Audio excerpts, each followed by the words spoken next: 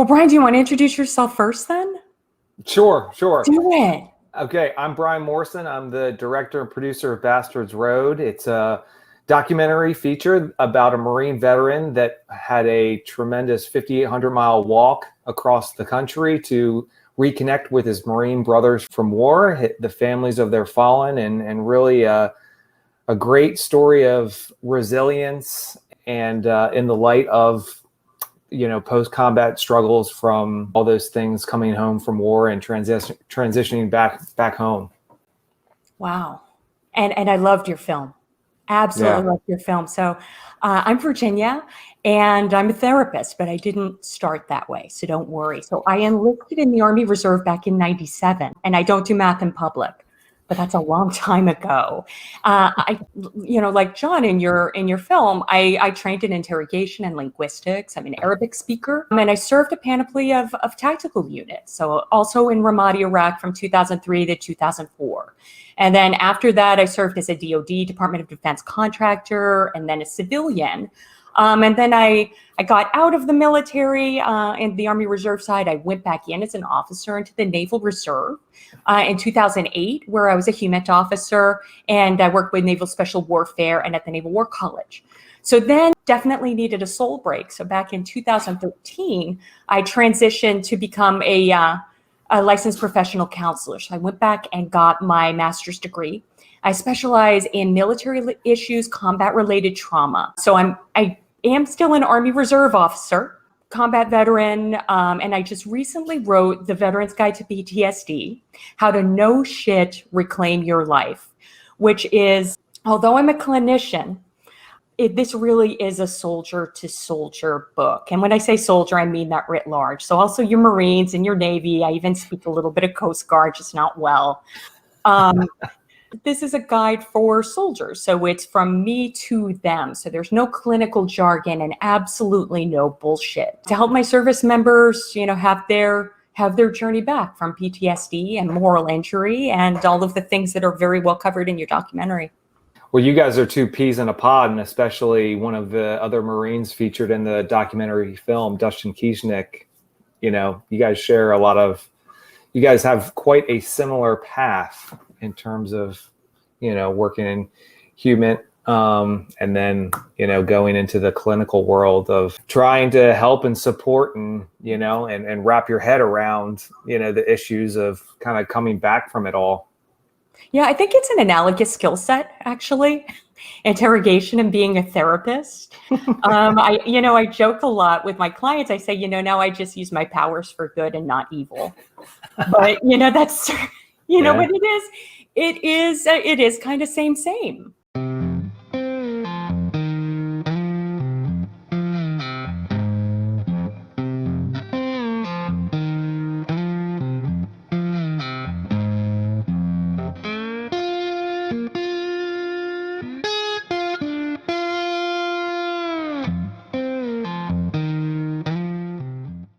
I think, I'll speak to what Joe was trying to facilitate us to start with, like something that you learned, because it was something that I experienced while making the film, because I had a lot of anxiety talking to somebody, like whether it was John or somebody, one of his Marine brothers that I didn't know that has, pretty heavy PTSD, and they have some very difficult memories and difficult traumas that they were going to talk about, and I was going to ask them about. And I have no experience with any close family members or friends that were in the military or that suffered any trauma, like from any other like domestic car accident or sexual violence or anything like that. So, I had anxiety about that, about like what to say to something like that, and how to practically move the conversation once somebody says like, hey, I inadvertently killed a child during a firefight. Mm-hmm. What do I say?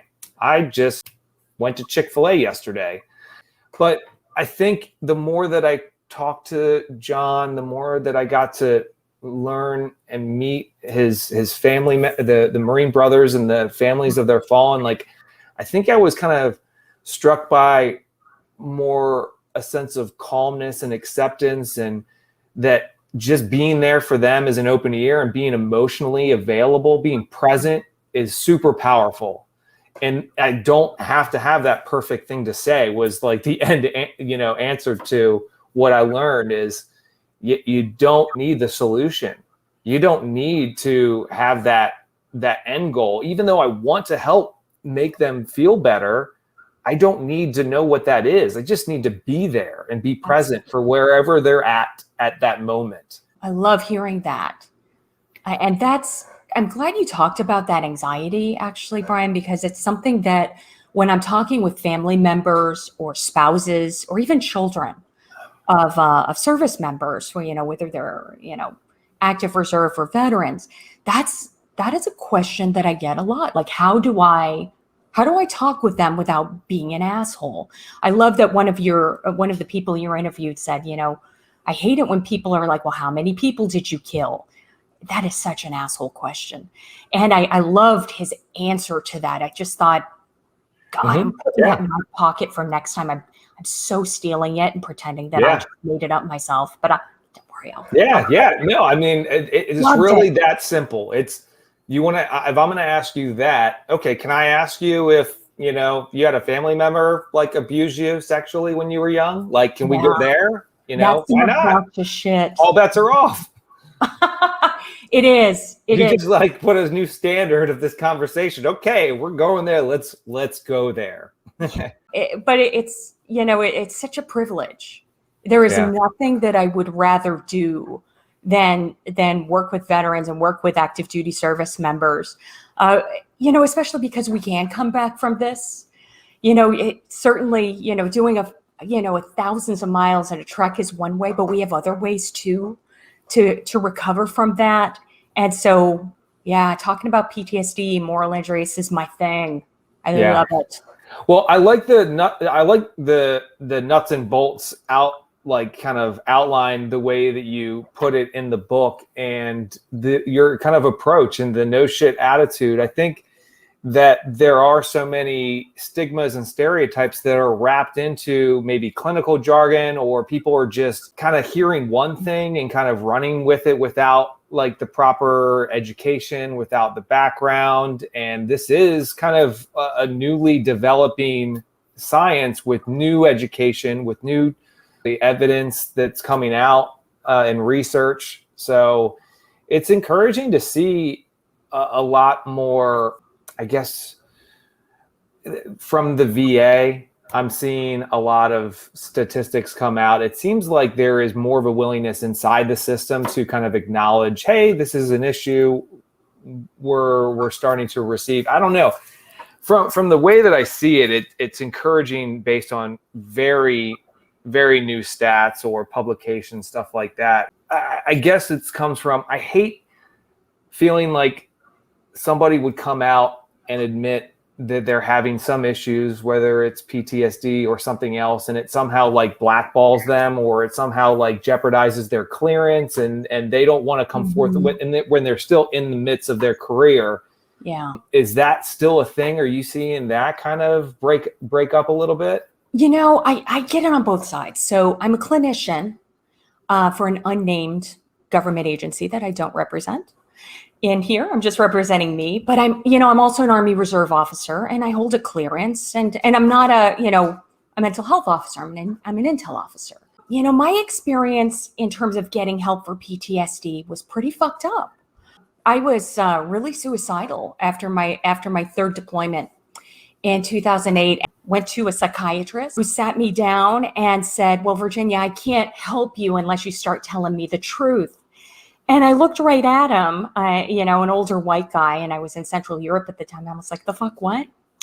And he said to me, and I wish I were making this up. He said, well, women aren't in combat. So unless you can start, and this was 2008. So unless you can start telling me the truth, I really can't help you. And I was escorted out of the building and really had a terrible, really awful journey back. So unlike the folks that you cover in 2-4, I was a reservist when I deployed. So when I got back from my first deployment, that first, what we call a redeployment, I didn't have a unit to to be with. I was kind of alone and unafraid, and did a lot, like it sounds like John did, just kind of jumped back into the fray because that was the only place that I felt comfortable. When I was finally ready to get help, unfortunately, my chain of command, and this is, decades of really good, 2020 hindsight and really good therapy, but my chain of command actively shamed me. And I was really made to feel really kicked while I was down. My clearance was jeopardized. I had problems with it when I went for my direct commission back in 2008. And it was just a load of bullshit. And 2008 wasn't that long ago. It was really hard. So on one hand, do I see things evolving? Sure.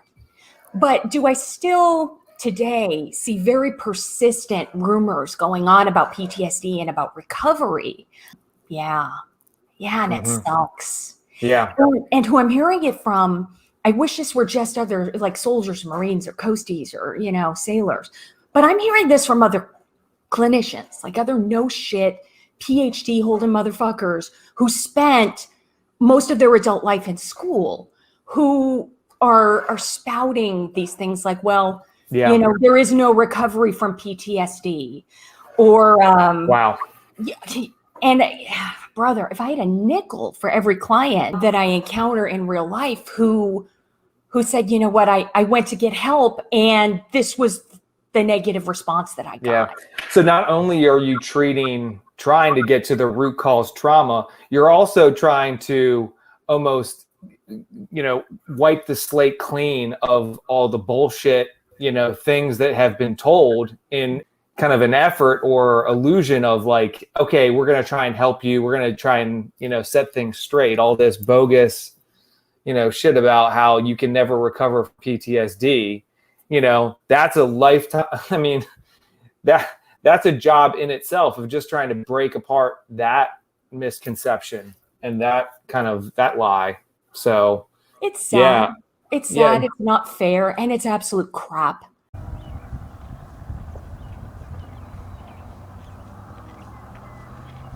We had lost so many guys over the course of a 7-month deployment. And this was our entire, kind of get right with yourself brief. And the chaplain walked in and said, let's list all the names of all the guys that died. So we listed all the names of all the guys that died. And that was it. And he was like, okay, class over. Hope everybody's okay. Remember that they served. We didn't know how to deal with that because we're all coming back from it. And everybody was just everybody just wanted to go home and drink booze. And, as soon as we got home and people started drinking booze, you started seeing emotions coming out. And it was, guys were getting drunk, help me included. We were getting drunk and you'd be at a bar and just start crying. And you're with a guy or two and you're telling stories. And next thing you know, you're crying. Yeah. And that's why the first chapter in my book is just addressing the things that are not true, but will absolutely fuck with your head. Yeah. And I love it. The first one I address is that PTSD, we can't recover from PTSD. And the data are really clear. That's just absolutely not true. Yeah. Absolutely not true. We can come back with our symptoms, and manage our symptoms to a point where we can actually function again. Does that mean that we're going to forget about our past? No, that's not a thing. But we can right-size things and look at things from a more objective, third-person perspective and right-size our lives and get our lives back. And I think that's what's important.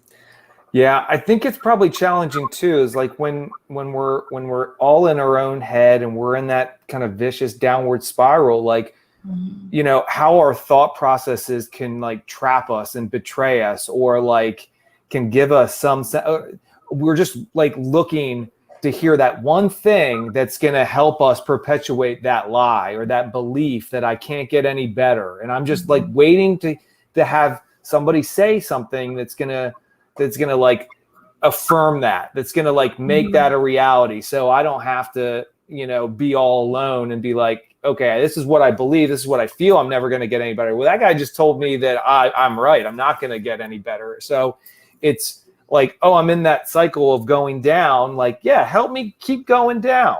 And it's there's no resistance point to keep you, to start having you go back up. I mean, the hopelessness in that is really discouraging. But, I think that when you talk to people that have really been there and that really know, the science behind it, such as yourself and Dustin, I feel like I just wish that we could just clone you all 100,000 times, just so more people had the opportunity to talk to a mental health professional that actually has the context as well as the education. That's true. There aren't a lot of folks who are like Dustin in your film, who come from a military background and then do military mental health. And that's, that's a problem with the system, and that's for the American Psychological Association to continually never address. Not that I'm bitter. But, when it comes to PTSD, when we're in that space, one of my favorite expressions from the recovery community is it's hard to know our judgment's impaired when our judgment is impaired. Sure. When we're down, when we're out, it's really easy to be kicked while we're down, to be bullied while we're down, bullying in the workplace, trying to get help. It's very raw. We're very vulnerable. And you're right, all that, the ruminating thoughts and all of the racing thoughts can just really fuck with us. Yeah. And so what I love about your film is how John is connecting with his fellow veterans and connecting with other Marines and with family members. One of the parts of the film that I love the most was at the end when he was talking to, or when there was a cameo with one of the moms, and she said, just talking to him, it took 40 minutes, and all of a sudden we were talking about my son's death, and I really needed to talk about it, and what a healing growth experience that was. Talking about PTSD or talking about death, talking about moral injury or war crimes or, dead comrades. This is something that we think of as very taboo. When it comes to PTSD, we've got that criterion Charlie of avoidance.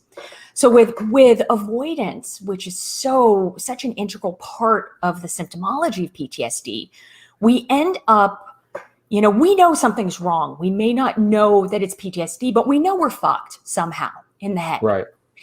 And so what we do is we start kind of pushing the people that we love the most away, not because we, want to, but because we know that we stress them the fuck out. We know there's something wrong. They know there's something wrong. We know they know that something's wrong, and they know we know they know. And so it just becomes this vicious cycle, and it ends up being this elephant in the room that is big and stinky and nasty, and nobody talks about it. And it could be because of lack of knowledge. I mean, if you do a Google search for, what is PTSD, you're going to get the 22 or 23 a day, and you're like, oh shit, if I talk about this, my loved one's going to schwack themselves. Great. Yeah. Let me shut the fuck up. Right. Or we're afraid that if we ask about suicide, maybe that's going to make them suicidal. Sure. But that's not a thing. In fact, the data are super clear. The opposite is true. And, in your documentary, what I love is that you're dispelling so many myths there. If I talk about it, then that's going to make things worse or make someone suicidal. Yeah. And is talking about PTSD easy? No. Yeah. Talking about your dead friends is not easy. Talking about your dead kid is not easy. But it is necessary. It's healing. It normalizes the symptoms. It's that connection. That social support. And I'm actually going to get a copy of this and start showing it to my clients. I'd like to start this in a group. And the reason for that is because, any tool that will open up the door for my active duty clients or my veteran clients to start talking about something that's authentic and real is, I'd be crazy not to use it. Yeah. And I would want to encourage my colleagues who are watching this right now to pick up a copy because it is so incredibly, I think it's a great facilitating tool to help people start, and help your clients especially, start talking about their experience in a very real and authentic way, rather than just bullshitting you and telling you what they want to hear. Or maybe that's just my experience. I'm sure no one else out there. Yeah. I'm sure all other clinicians are just right at it and I'm the only fuck up, but. No. I mean, look, like, I wish that people didn't need this film in that way. I wish, but look, John is a unique voice. He is insightful in a way that he can get to some of these difficult and complex thought processes that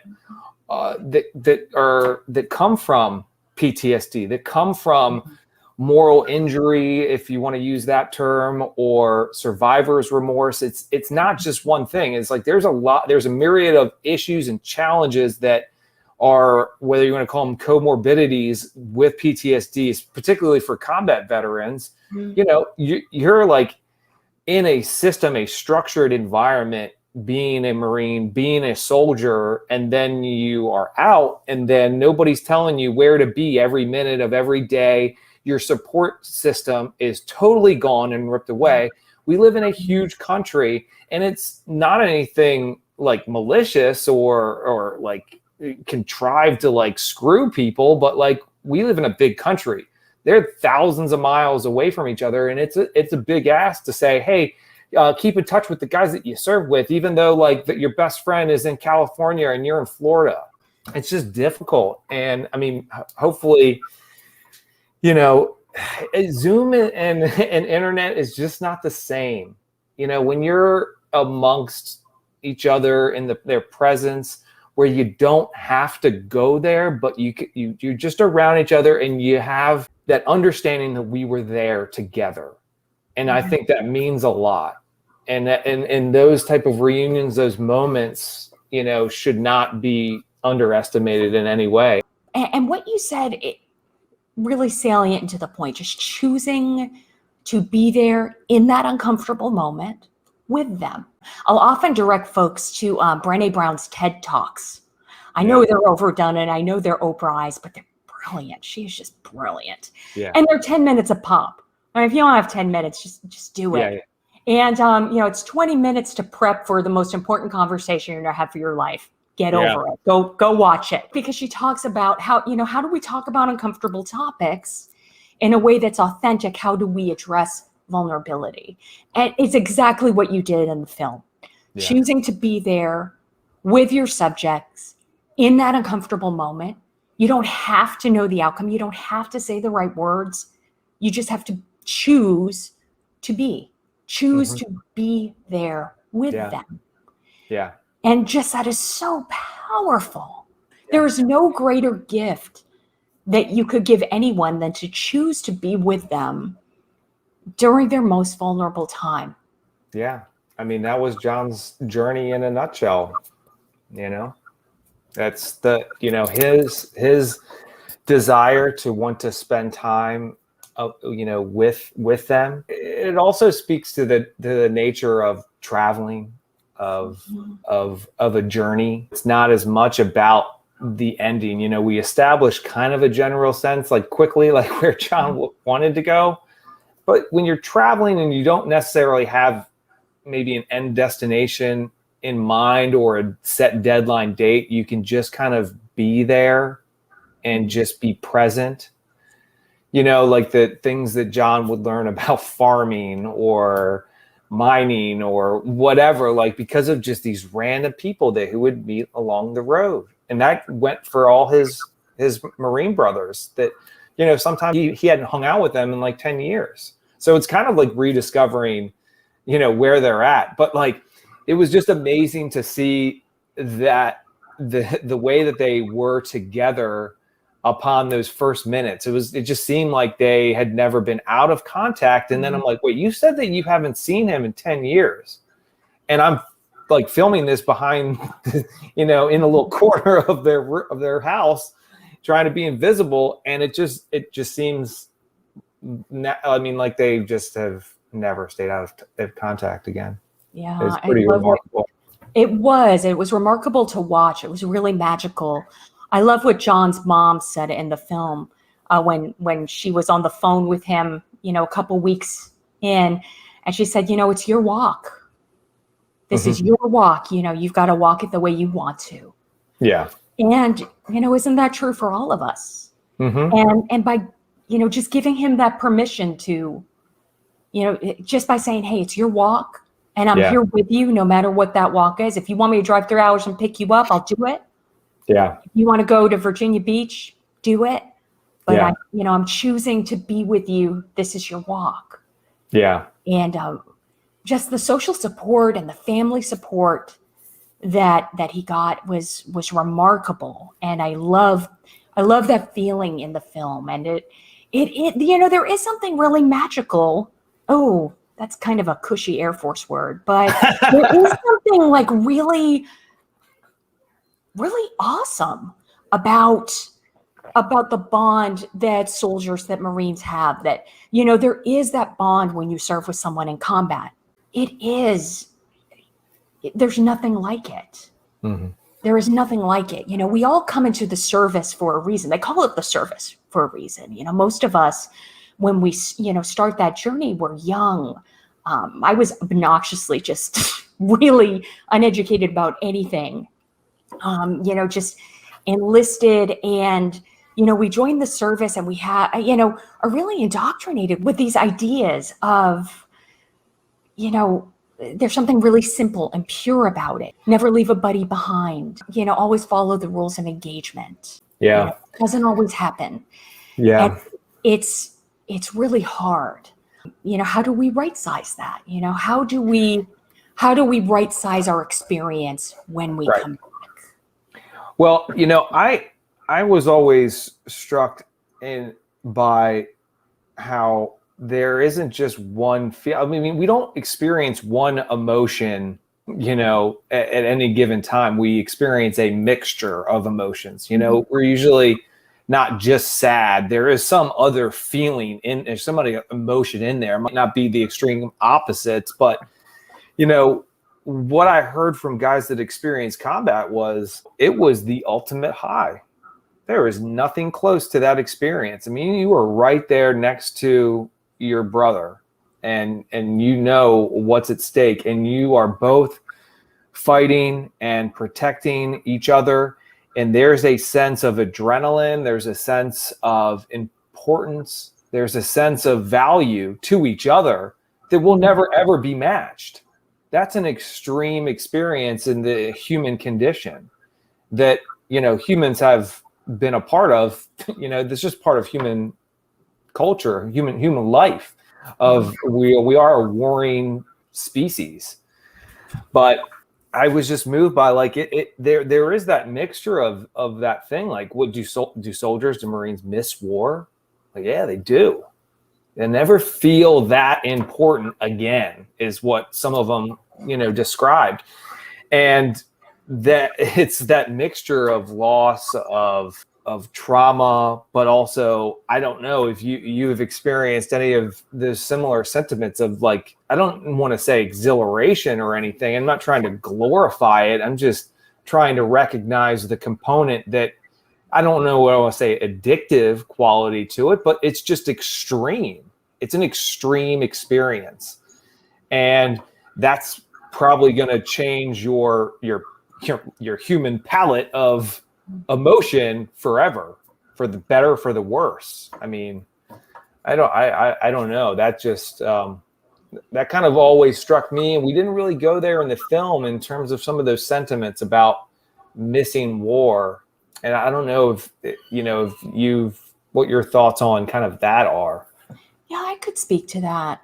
Yeah, I can speak to it clinically and also personally. And I guess I'll start with personally. It's an extreme experience for sure. And it's very surreal. It's surreal and macabre at the same time. So there is something very, I think it was John who said in the film that, after his fellow Marine was killed, he, went back and there was just so much blood everywhere. There's something very surreal about that. There's something very, just very out of touch. That idea that John said in the film, I feel like I'm already dead. Mm-hmm. Like if this works, if it doesn't. My redeployment experience coming back home from my first deployment did not work. I legit thought I was going batshit crazy. Mm-hmm. I had no idea what was going on with me. PTSD wasn't in the common vernacular yet. I just knew that I was not okay. But I also knew that I felt really safe downrange. Mm-hmm. I'm an Arabic speaker. I know what my job is. I understand my left and right limits. And I feel safe because that's what my brain is telling me, safety. Right. So, and that's part of PTSD. So PTSD is very much rooted in fear. Mm-hmm. It's our body and our brain's very natural response to a set of very abnormal circumstances. So our brain will go through mental acrobatics to keep us alive, that fight, flight, freeze response. Mm-hmm. And there is something very comfortable, or at least there was for me, very comfortable about being in that environment. And in subsequent missions where I was really sequestered away from kind of the general public. Yeah. I said gen pop. That's just the wrong vernacular altogether. But, for me, war made sense. And I recognize that in 2020 hindsight, that sounds pretty fucked up. But war made sense from where my brain was. But, it was a lot easier to talk to a detainee than to talk to my husband. Mm-hmm. A lot easier to answer questions from a commander than from a college student.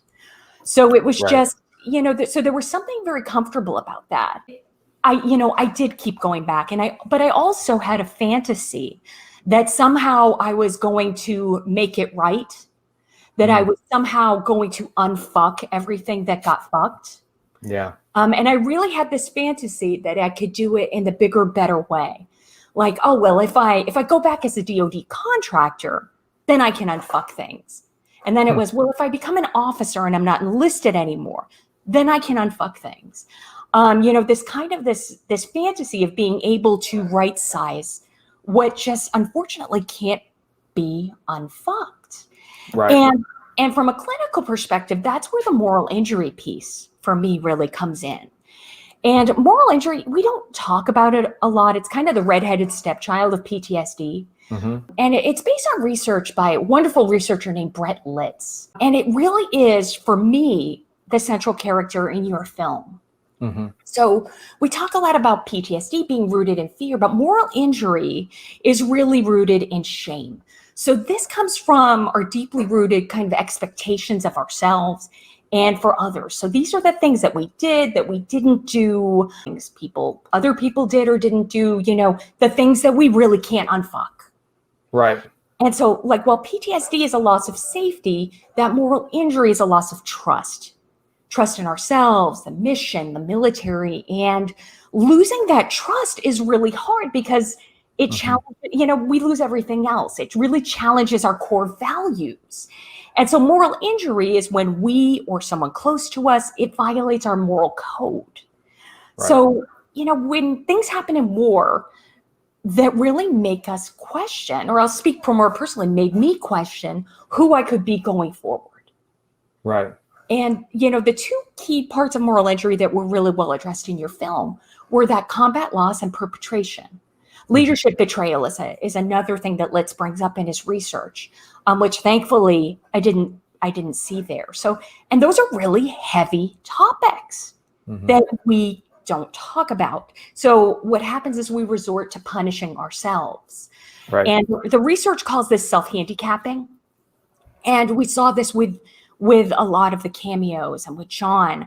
So withdrawing from others, pulling away, or more actively pushing people away. So I thought specifically about John's interaction with his partner when she got pregnant, really pushing away at that point. Substance use, alcohol use.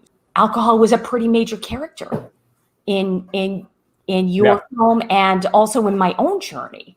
I'm very thankful for my own recovery journey. And then also, that self-condemnation. And so the one thing that I loved how you addressed it in your film was that idea of soul damage, and if we don't like the idea of our souls being damaged, a little too touchy-feely or too woo-woo, we can just call it a full-out, existential crisis. What the fuck is the meaning for this? What is the meaning? Why am I living? Why am I breathing? What's the fucking point? Right. John was talking to one of the moms, and she said, I was there. I saw you guys coming up the hill when you guys got off the bus, that redeployment ceremony. Yeah. And those are some really tough, conflicting feelings. You're right. It's not, it's not one or the other. It's not this dualistic thinking pattern. It's, it's exhilarating at the time. Lieutenant Dave Grossman, Lieutenant Colonel Grossman wrote a really great book called On Killing. It's really kind of the Bible of really understanding the training that goes into overcoming our very deeply rooted biological sense to not kill our own kind. How can we hold both of those at the same time? The exhilaration, the dehumanization, and then we come home. There's so many conflicts when we come back. During those redeployment ceremonies. We have at least the ones that I've been to, there's been pictures of the soldiers on chairs or on the stage, the folks that we lost. And then we use terms like hero and sacrifice. And that's really hard. It's really hard to square for a lot of folks. And it certainly was for me. What does sacrifice mean and hero mean when my brother's not coming home and he's never going to kiss his kid again and there's his widow? Right. Like, really? Yeah. That's tough. And questioning the mission, questioning the corruption of leadership, questioning why, did it really have to go down that way? Yeah. And those are things that are, there are a lot of very conflicting feelings when it comes to combat that we don't talk about. Right. Even though, and thank goodness that we do have literature to address it. And I think that your piece, that your documentary does a really good job of talking about those things that are really hard. The idea of perpetration. And I know that that's a big, ugly word. And I'm using it in the clinical sense and not a judgy asshole sense. But, one of the cameos that really resonated with me was, we shot the person that was there. They said they were still moving. I had to shoot them in the head because that's what the training tells us to do. Yeah. And then how do we right size that when we come home? Yeah. It's a total mind fuck. Yeah. And that was kind of more, as I was learning about it, it started off with my own ignorance on, this is John's walking. This is a guy I went to high school with, and I want to understand more. It's like, I got to read up about PTSD. This is going to be a PTSD film. And then I start thinking about, as I'm learning and I'm hearing from John and all his brothers, and it just seems not further and further away from PTSD, but it feels so complex into, this isn't all coming from the same place. It's like, this is not one shoe fits all. This is not one simple diagnosis of yep, this is PTSD. It's not really. There's so many other issues. And I guess as I was learning about these things, and I was curious, just in combat, okay, you're having these moments of exhilaration and you're feeling like, I don't want to say on top of the world, but you're exhilarated and you're protecting your brothers. You feel this sense of duty and value that can never be matched. And then you are engaging the enemy. You are killing the enemy combatants. There are quick snap judgment calls that are made, and now there are moral implications now. And these are split second, moments that happen in the blink of an eye, and now you're going to think about it for the rest of your life. It just feels like, okay, I was hoping that we would do slow things down and have guys talk things through. And I didn't have a clinical background. I still don't. I think as you hear from them and you understand the context, I would imagine kind of like a first-time clinician kind of jumping into the world of serving veterans. You're going to learn about what these scenarios kind of entail and the difficulties surrounding, Well, is it traumatic because you killed somebody? Is it traumatic that there were bullets flying over your head? Is it traumatic? These lines feel so blurry. But at the end of the day, as you talk it out, it feels like you have a better sense of clarity, and you have a better sense of like, this is the way it was. And this is, there's less confusion as you unpackage it. I think as some of the Gold Star family members, as they were kind of communicating, it was like, we just want to know everything. I wouldn't want to speak for every Gold Star family member, but there's a sense of, I want to know the circumstances of my son's death.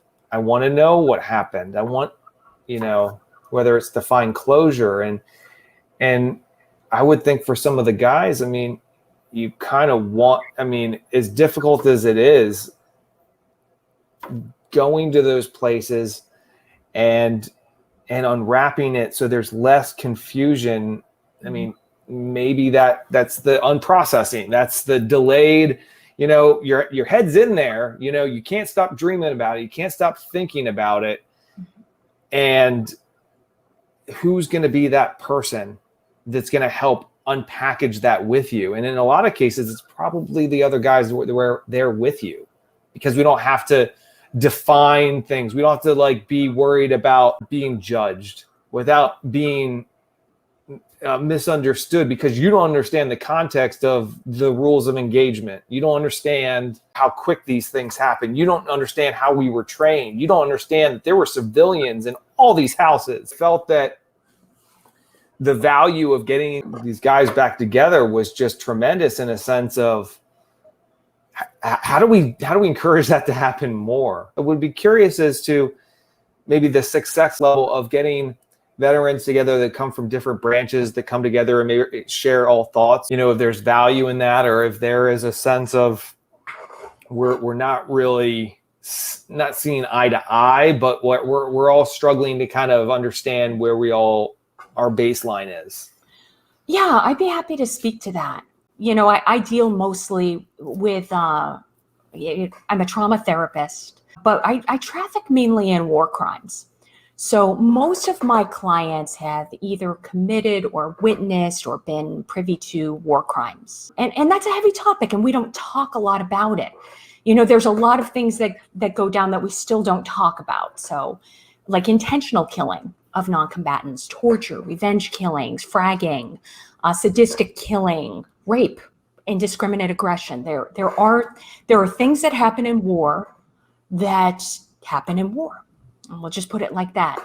We absolutely can process those. I want to be super clear. Moral injury and PTSD are not same.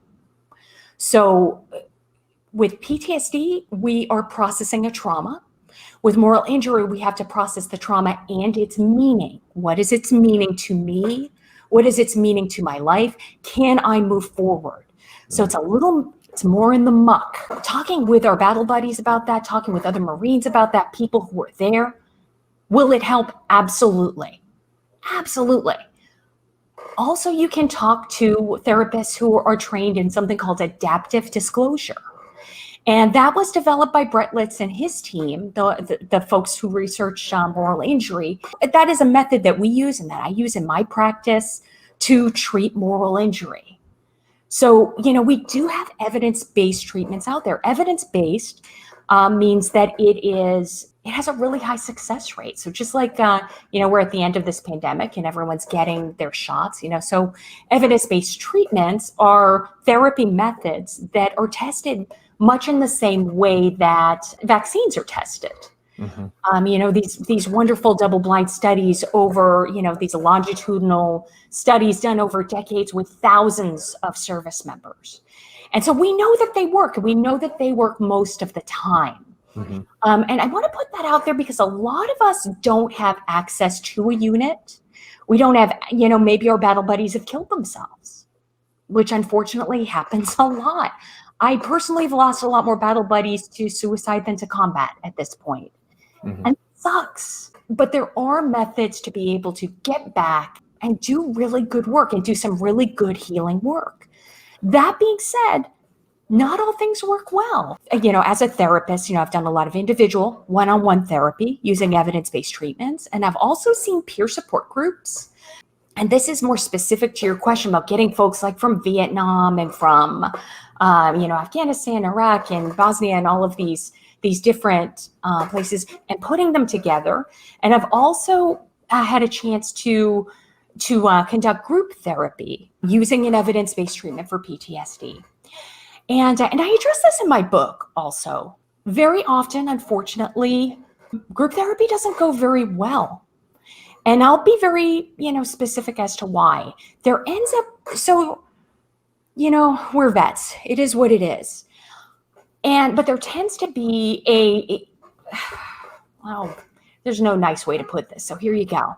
So if I'm talking with, let's say, survivors of domestic violence, I'm never going to hear from one woman to another woman in a peer support group. Girl, you think your husband beat you up? Well, my husband put me in the hospital 3 times. You're never going to hear that sort of one-upsmanship. Number one, because that's fucked up. Trauma is trauma is trauma. But I will hear this a lot with my combat vets. You know, oh, well, you were in Iraq? Well, I was in Iraq and Afghanistan. Oh, you only had 1 TBI? You know, well, I got rolled over 3. And it's like, whoa, calm the fuck down. It ends up being a pissing contest. You know, one of the big myths of PTSD is that, of course, we have to experience combat to be able to have PTSD. And that is not the case. And even within, you know, combat, there's certainly, you know, there seems to be a hierarchy of trauma that comes up. Like, you know, I somehow don't deserve to have PTSD because I wasn't, you know, a bell ringer, a door knocker, a trigger puller, you know, because I didn't get my Purple Heart, or because I didn't, you know, get a CAB or CIB or combat action ribbon. Yeah. And these are that, you know, that's that nuance. It's a trap thought. Say again? It's like a trap thought. It's because somebody's always got more trauma than you, and you probably have more trauma than somebody. You have it better than somebody, and somebody's got it worse than you. It's like there's just no like it's a terrible.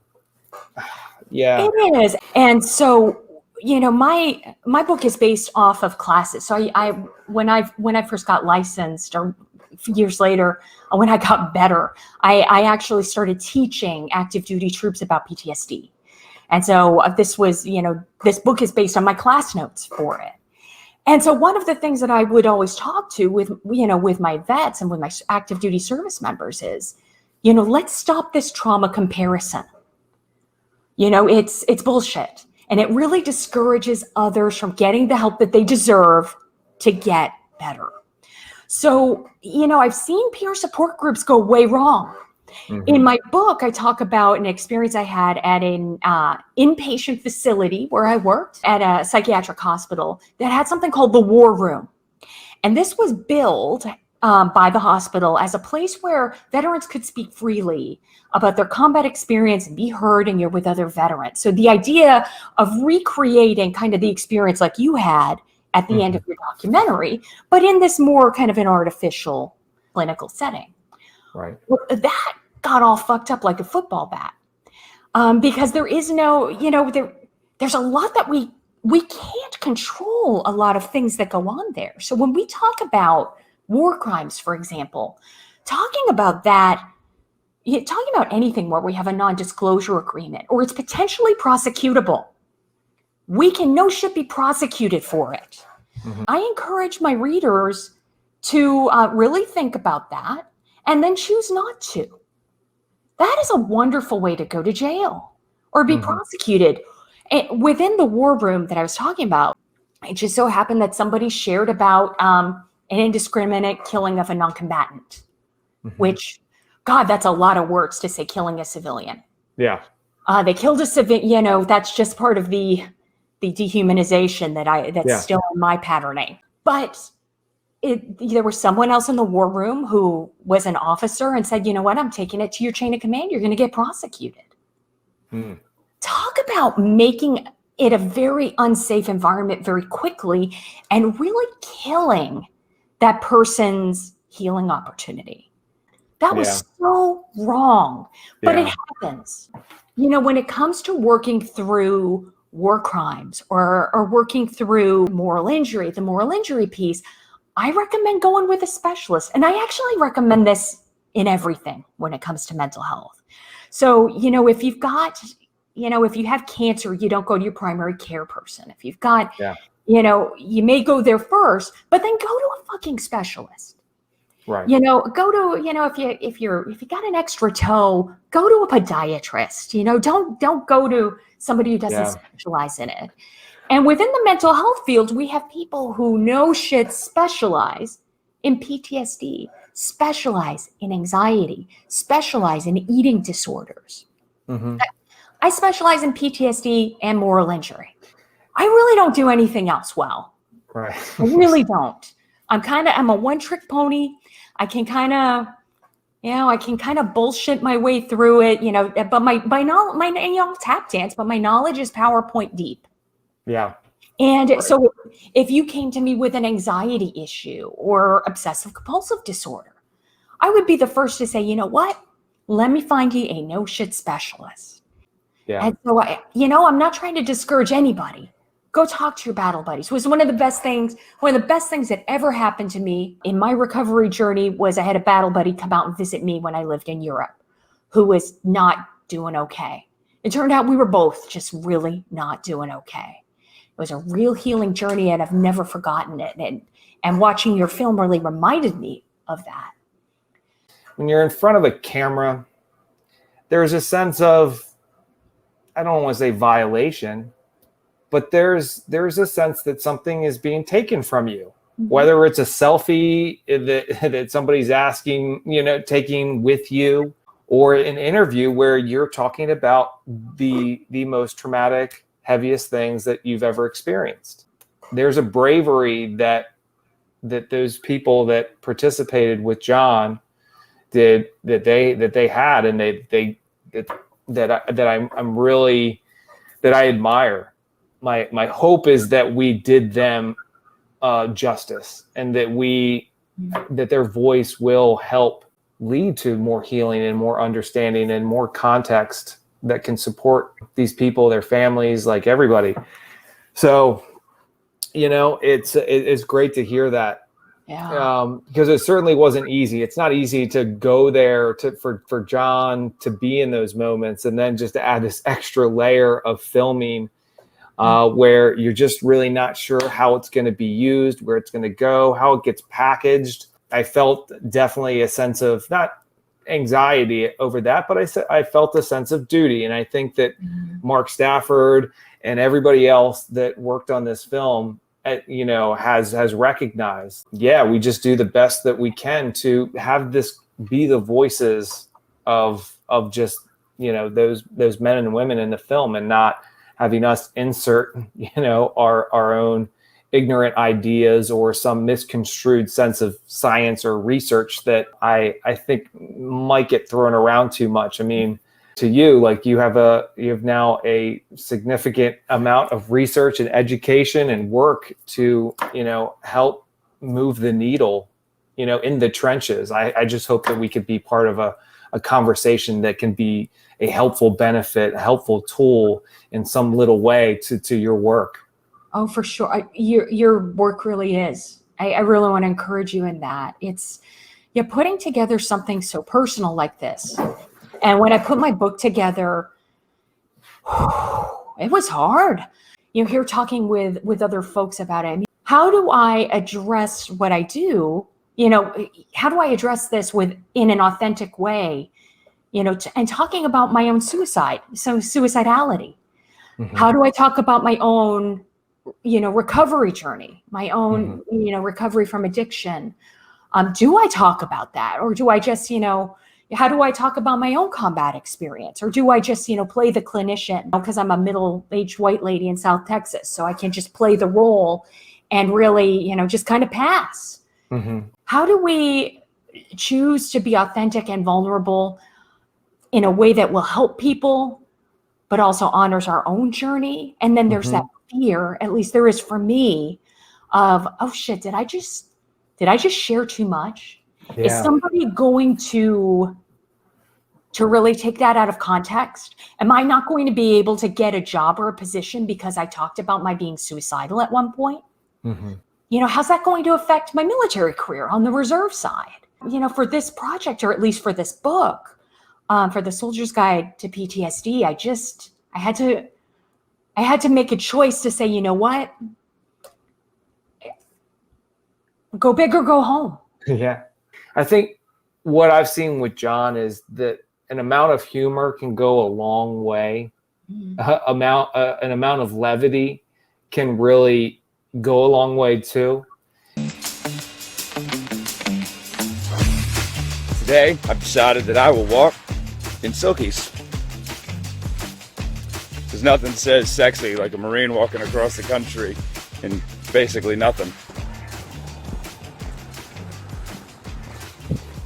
All right, during a lovely portion of my day with you, I had to go poop in the woods, and I stepped on a ground hornet's nest because apparently that's a thing. So welcome to this edition of Veteran Cribs. This is, come on with me, man. I'll show you my backyard. So that's my backyard. Fucking sagebrush. This is my house. It's pretty awesome. And my bathroom's over there somewhere. It's a ditch. I saw an In-N-Out wrapper on the side of the road, and it's close. It's close. So I'm out in the middle of nowhere, and as I'm walking, look what is lying right on the ground. That's real. So I guess I gotta call the police and let them know. I don't really want to touch it because if it does have bodies on it, I look like a transient, and then they're gonna pin all the murders on me. And you know, through the film, it was like balancing the humor and the personality, the great personality that John has, you know, with these topics, with him kind of digging deep into these really dark thought processes that lead to some very terrible places. That's what I was just so excited to kind of share, John, in particular, was that sense of humor. I think what I'm left with is being part of a narrative or being part of a conversation that is or it can give somebody some foundation, you know, that is not over somebody's head, but is just enough to kind of be some type of springboard for somebody, however they come up. You know, I mean, we understand this is a difficult watch. You know, it's not an easy thing to participate in talking to a specialist, a clinician, or watching a film about PTSD. You know, I want to respectfully disagree. I don't think your film was difficult. And Yeah. I want to put that out there because I don't want to scare people off from watching the film. Yeah. I don't think it was a difficult film to watch. Is the subject matter heavy? Yeah. Mm-hmm. Yeah. But you know what? What's harder is not being prepared when talking with a veteran or talking with a client. That's why I really want to encourage other clinicians to watch your film. Yeah. It's not going to set you off into a tailspin. You're not going to be depressed all day. Calm the fuck down. So we have to get real. You know, watching a film like yours is going to prepare a clinician or a family member for having a difficult conversation. Mm-hmm. And watching the film it's inspiring. Here you are as the filmmaker, like you said, no, clinical background, just a buddy who really loves his friend from high school. Mm-hmm. And is able to be in that really vulnerable, really uncomfortable place with him. Right. There's no hierarchy. There's no I'm the film, I'm the film director and you're, the subject. It's, person to person, it's heart to heart. And it grabbed me right in the feels. And I think it's going to grab other clinicians that way, other family members that way. And I think it's going to start a really important conversation. And so, is talking about PTSD is talking about moral injury, is talking about combat death or war crime or leadership betrayal. Is that hard? Yeah. You know what's harder? Not talking about it. Yeah.